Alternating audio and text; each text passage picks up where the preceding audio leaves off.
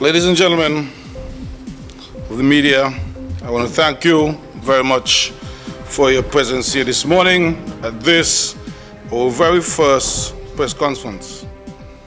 I'm joined this morning by the other members of the Police High Command, Deputy Commissioner of Police, Mr. Hilroy Brandy, Assistant Commissioners, Merslyn Hughes, Terence James, and Andrew Mitchell.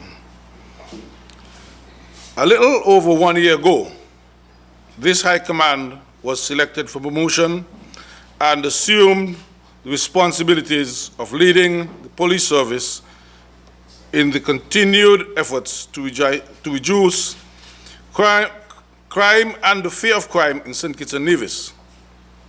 We have accepted this responsibility wholeheartedly and collectively. One of the early taskings of this High Command was to lead and guide the continued transformation of our police service. That transformation is being guided by the Police Strategic Plan 2016 to 2019 and the Service Improvement Plan. These plans are the roadmaps for the way forward as we execute change for the delivery of service in ensuring citizen safety. In addition, we have continued the implementation of the police 6-point plan of action for the reduction of homicides and violent crimes. All of these guiding doctrines are in full execution and are bearing fruits to date. Last year, since February, has been both extremely challenging and in some instances very rewarding. In the few minutes, I will highlight and give an overview of the status of our police service and our ongoing efforts to achieve the objectives of these plans we have developed and embraced. One of the first elements of the strategic plan 2016-2019 was the establishment of the operational rollout of 4 directorates, each goaled with delivering specific deliverables to move the transformation process of the police service forward. The directorates are as follows: the Service Improvement Directorate, and that is led by the Deputy Commissioner of Police, and he has such areas as human resources, training, service delivery, complaints and discipline, and improvement. All of these falls within his purview.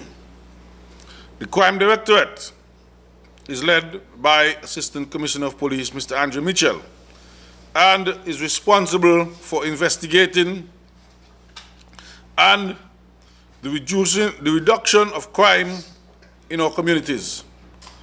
Additionally, the analysis of crime trends is also performed within this directorate. The Operations Directorate, led by Assistant Commissioner Terence James, is responsible for proactive response to criminal activity from the police service.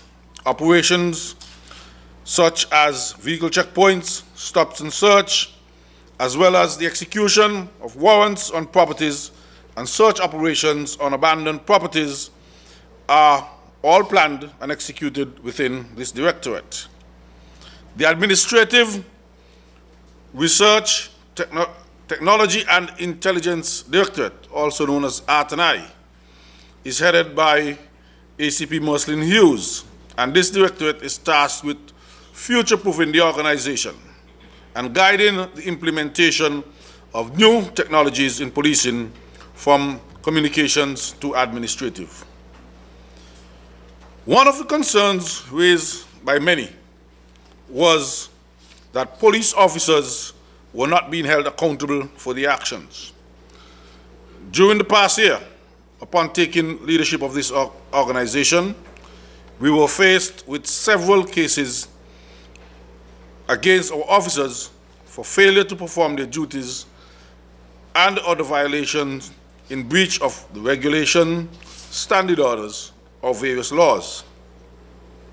To ensure earliest disposition of these disciplinary charges, each of the ACPs were assigned as trial officers in each of the division, and the deputy is at liberty to try any cases in any of the division.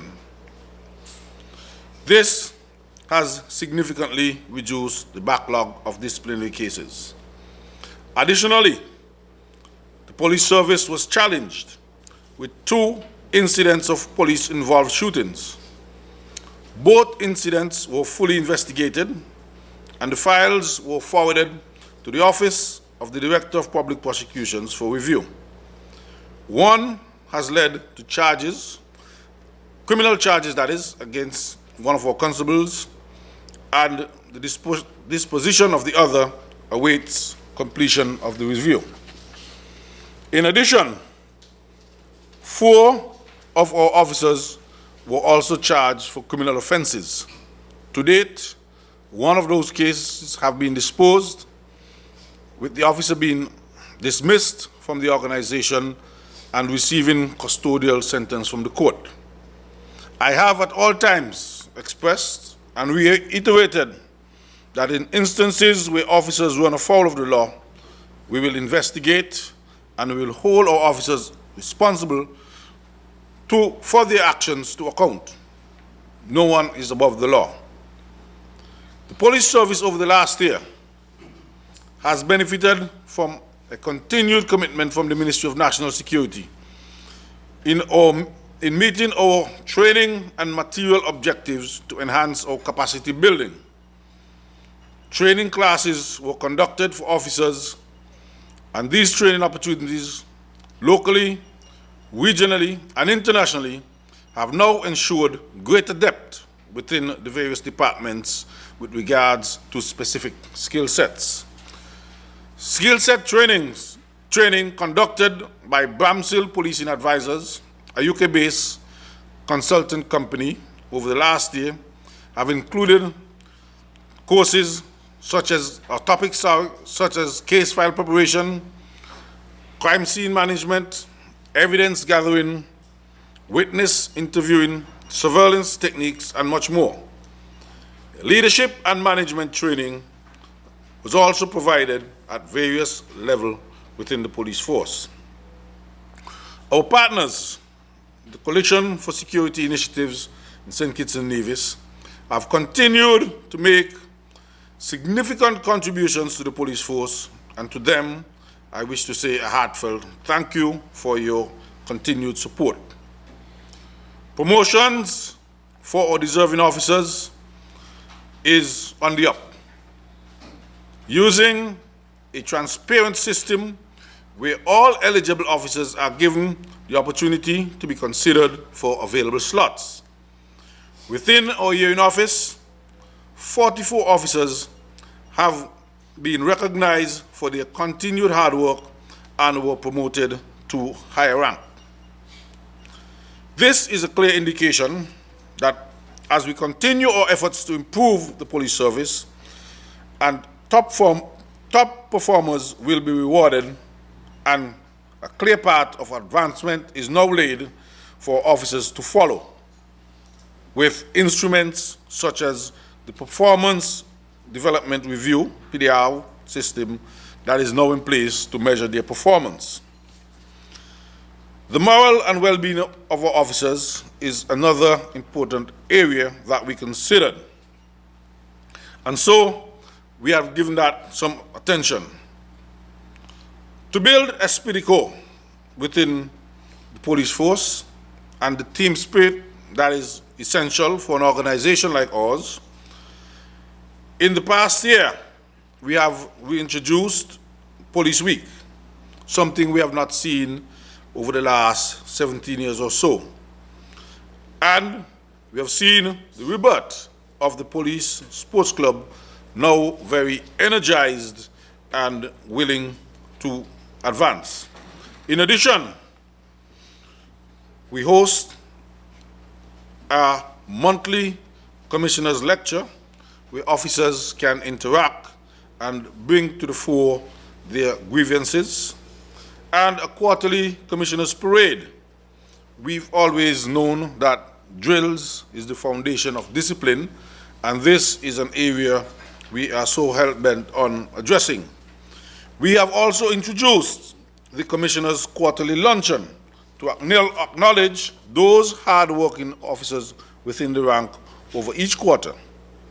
At this event, the top performers are given an opportunity to interact with the Commissioner and the other members of the High Command. As we continue to transform the police service and look at our required resource capability in terms of manpower to provide optimum service for continued citizen safety effort within the Federation, the police service will continue to and improve our recruiting efforts. I'm happy to report that with the completion of Course 40, some 30 recruits, freshly minted police constables, now in service in our communities, and initial reports are that they're doing well and adapting to the challenges of police work. Another class with, again, over 30 recruits will begin shortly as the recruitment process continues. The Human Resource Department within the police force has reported that the quality of our recruits is significantly improving, and a number of our new recruits are enlistees with first degrees. The police service is again becoming a top choice of our nation's sons and daughters.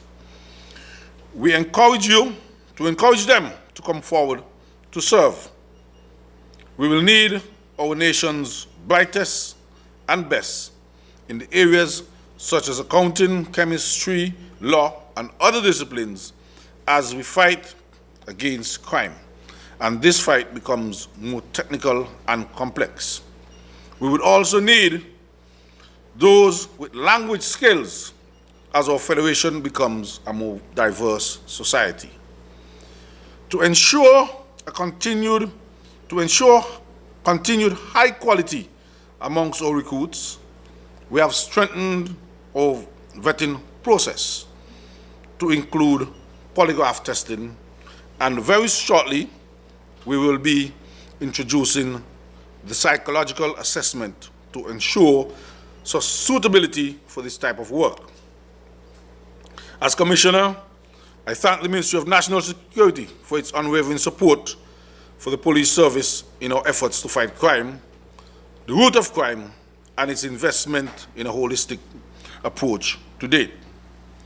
Over the year, we have seen a concerted effort to address all of the above material and training support for the service and the engagement of our stakeholders with events such as the National Crime Symposium and the establishment of the Criminal Justice Strategic Board, which would review the rehabilitation and the offender reintegration process.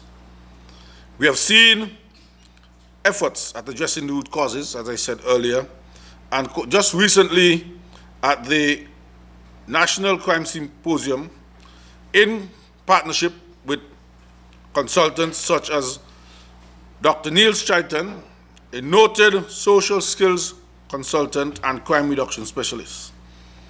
Dr. Chaitan has engaged members across all sectors of our community, from schools, social groups, churches, and individual families, even gang members to date.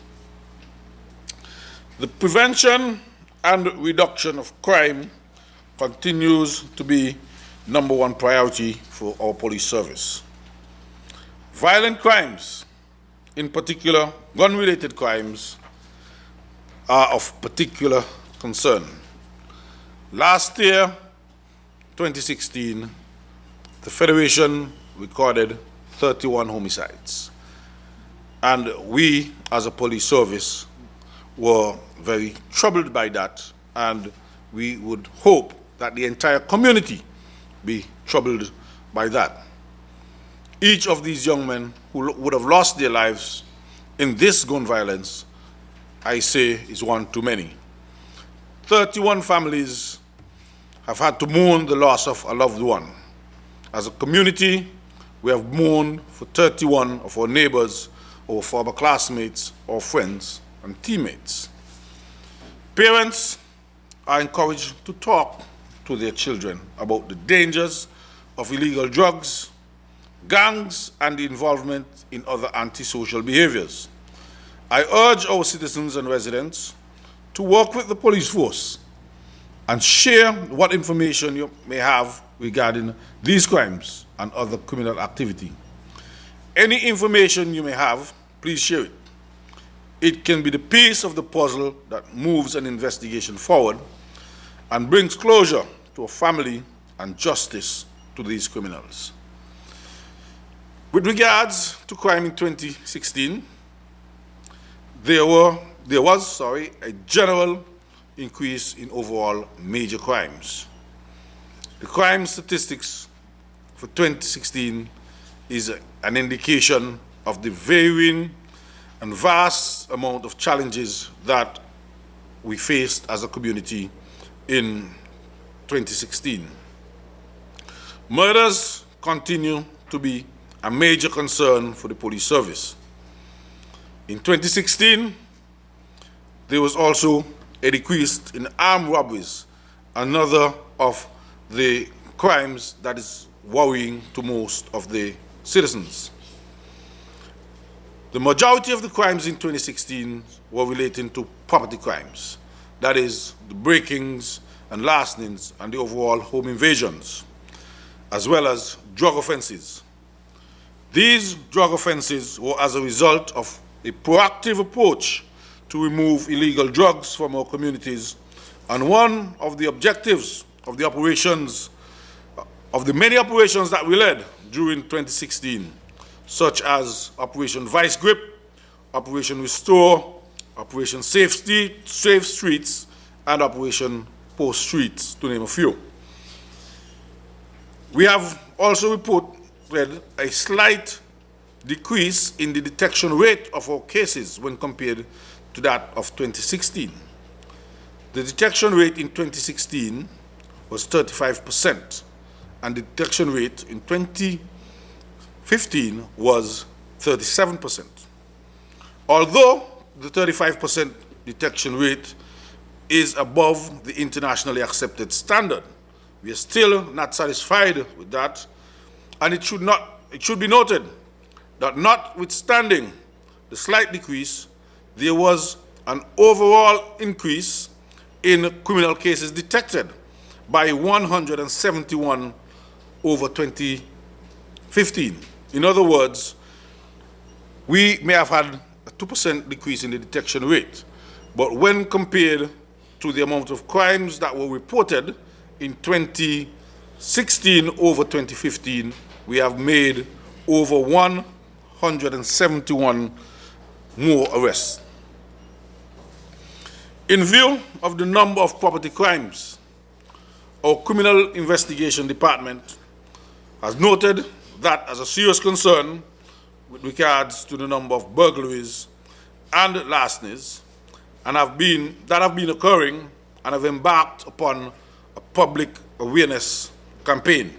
And you would see members in all of the commercial areas, be it CID officers or beat officers, engaging the different businesses and speaking to them about securing their premises and providing other safety tips.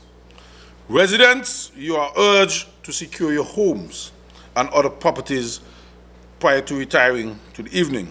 We want to remind you that security starts with you. Replace any broken or inoperable locks on windows or doors. Embrace the use of proven personal and physical security habits to reduce the risk of becoming a victim.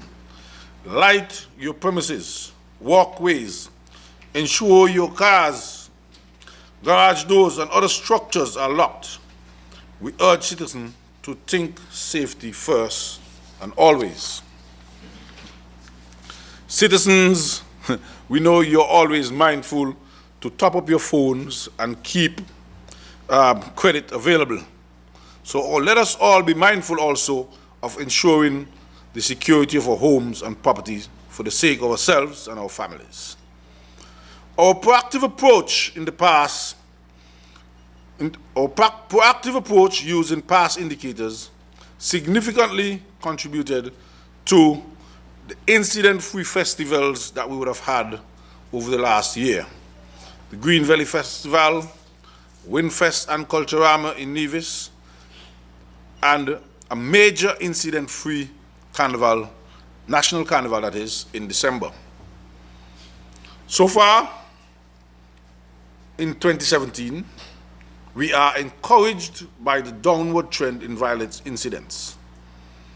We will continue with our increased operational tempo. Year to date, homicides, when compared to the same period last year, are down by 66%. That is to say, at this point in time last year, we had recorded already 6 homicides. This year, prayerfully, we have only had 2, and we would hope to keep it that way. I want at this particular juncture to express heartfelt thanks to our committed officers for their continued hard work and dedication to the task at hand, and by extension, their families, who is always there providing the necessary support. Without these continued efforts, we would not be where we are at this particular point in time. With support from the Defense Force, we have increased our presence in areas with the potential for violent crimes and in other areas throughout the Federation. In January and February, we have conducted a number of targeted search operations, increased the frequency of our vehicle checkpoints, what we call VCPs, and stop and searches and ongoing patrols are done in areas of concern. These efforts to date have been paying off, and the dividends we have reaped, I wish to further report. We have been able to remove 4 illegal firearms from our streets so far for 2017. This, I must say, comes on the heels of removing 36 illegal firearms and hundreds of varying rounds of ammunition from our communities during 2016. This surpasses the 21 that we would have removed in 2015 and the 12 that we would have removed in 2014. By removing the tools of the trade, and by here I mean crime, we reduce the opportunities for more violent crime to take place, thereby saving the lives of our young men and women. You should remember that the removal of illegal firearms from our communities is one of the deliverables of the 6-point plan of action that we rolled out in 2015, using elements of the plan, in particular, intelligence-led policing, targeted operations, and collaboration with other agencies, as well as our ongoing vehicle checkpoints, stop and search operations, and searches of abandoned properties and derelict vehicles. And I can say that has been bearing some fruits. We are encouraged also by the illegal drugs and illegal firearm convictions recently handed down in the courts. And I want to commend the investigators and the prosecution team for the good work that they would have done in that regards. Now, in 2017, we will see our continued efforts to embrace new technology. We will also see the rollout of our enhanced CCTV system, providing for more coverage for our communities. As we speak, officers are currently in the Republic of China and Taiwan being trained in a real-world dynamic environment on the use of this system.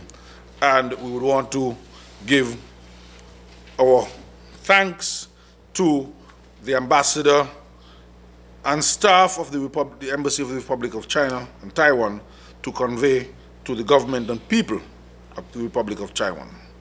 Additionally, the use of unmanned air assets, what we call drones, will be rolled out later this year to assist with our fight in crime. Further, to address our security with regards to our porous borders, we have already engaged our partners in efforts to find and embrace the best systems to enhance security in that regards. Additionally, we are also advanced in the testing phase of our vehicle registration system, which should come online shortly, and that will give us some additional support from the CCTV perspective as well as the patrol units on the ground. Also, further to technology, last week, a free crime reporting app was launched for use by smartphone users. Crime Reporter allows for interaction between citizens and the police for reporting of crimes, be it active, past, or future. The app can be downloaded from the store, whether it be Google Play or if you're an iPhone user from the Apple Store, whichever supports your smartphone. This app, I must add, does not replace Crime Stoppers. Additionally, it augments it and provides an additional medium to report crime. I would like at this time also to announce the addition of Mr. Narees Ramnarine as head of our Forensic Services Unit. He has been with us for a little over a month, and he comes to us with years of the requisite experience, and he has had an immediate impact with his leadership and management in that department. We will continue to incorporate good forensic practices in building our cases for prosecution. And we have said that going forward, for us, our thrust will be in technology and sciences in order to aid with our investigative processes. In 2017, we will continue our efforts to ensure compliance with the traffic regulations, and particular emphasis will be placed on ensuring compliance to the regulation as it relates to the tinting of vehicles used for rentals with illegal tints. Several of our shootings have been linked to vehicles in that regard, and I must at this point say that closer to the end of last year, we would have met with the rental owners and managers and indicated to them what the law states in relation to the tinting of public service vehicles, and instructions were given for all tints to be removed. So, for the community on a whole, when you see a rental vehicle with tint on it, you know it is illegal, and that may raise eyebrow, and that may be an instance where you need to get in touch with us. We will also see greater community engagement by our officers, and this has been identified as a critical element of our new focus. And as such, our officers have stepped up their interactions within the community they serve. Community patrols, visit to neighborhoods, village shops, schools, ball fields, playing courts will again be the common sites in our communities. This engagement of the police and the community will only serve to strengthen the relationship through trust and mutual respect. We will work together in partnership to prevent, reduce, and detect crimes, and to prosecute the offenders, and in the long run, to reduce the fear of crime within our communities and keep St. Kitts and Nevis a safe place to live, work, attend school, and do business. To you, the members of the media, you are a critical component within the overall process. We appreciate the support in furtherance of our mandate and look forward to an improved relationship as we go about doing the nation's business. Members of the media, thank you very much, and we will now entertain any questions from the media that will be taken by myself and members of the High Command. Thank you again.